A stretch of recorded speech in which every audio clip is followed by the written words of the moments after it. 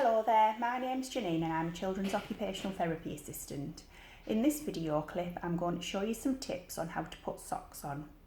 First of all, I'm going to show you some activity ideas to help to develop the skills that you need to put socks on. So the first one, you'll need a fairly long, like a longish sock.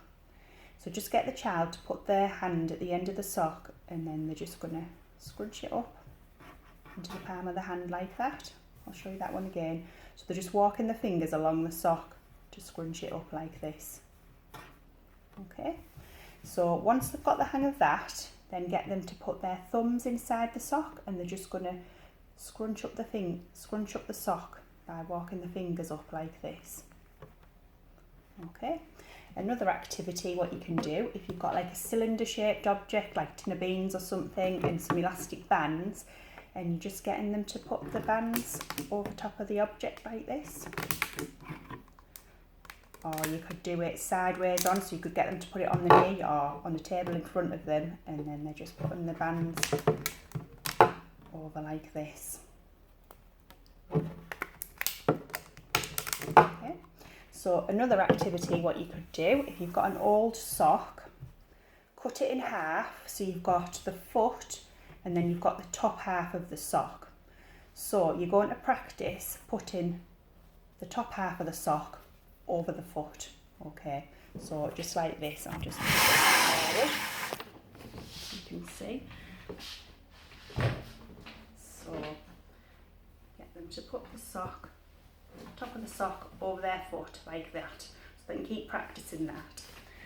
Okay, one thing I would say is when they're practicing putting socks on, it's a good idea to have the back resting against something. So it could be the back of a chair, it could be the wall, the side of the bed. That's just so they're not having to concentrate on the balance and they can just focus on the activity. So you could do that, and you can also practice putting the foot part on. So again, just off, or if you've got any trainer socks, they're quite good to practice with because they don't have to scrunch it all the way down. Okay, so once they've got these skills, then you can move on to the real thing. So if you get a sock, so sometimes people put the socks on with the foot crossed over the leg like this, or some people might prefer to do it like that. So there is no right or wrong way, it's just whichever way feels the most comfortable.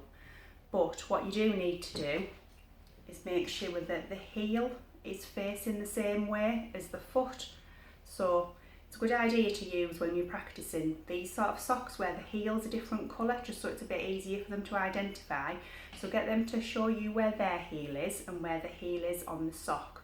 So if they're doing it this way, then they've got the sock the same way around when they're putting it on. Or if they're doing it this way, make sure the heel's pointing downwards when they're putting it on.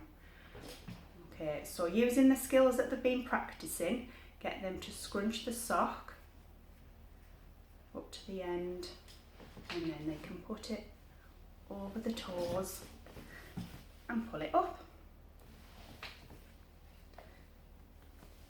Okay, another little tip is what you could do is you could do like backward chaining, so you do part of the task and then they do the other part. So you might scrunch the sock up for them and then give it to them like that, and then they put it over the foot and pull it up, or they might scrunch the sock up and then you might put it over the foot.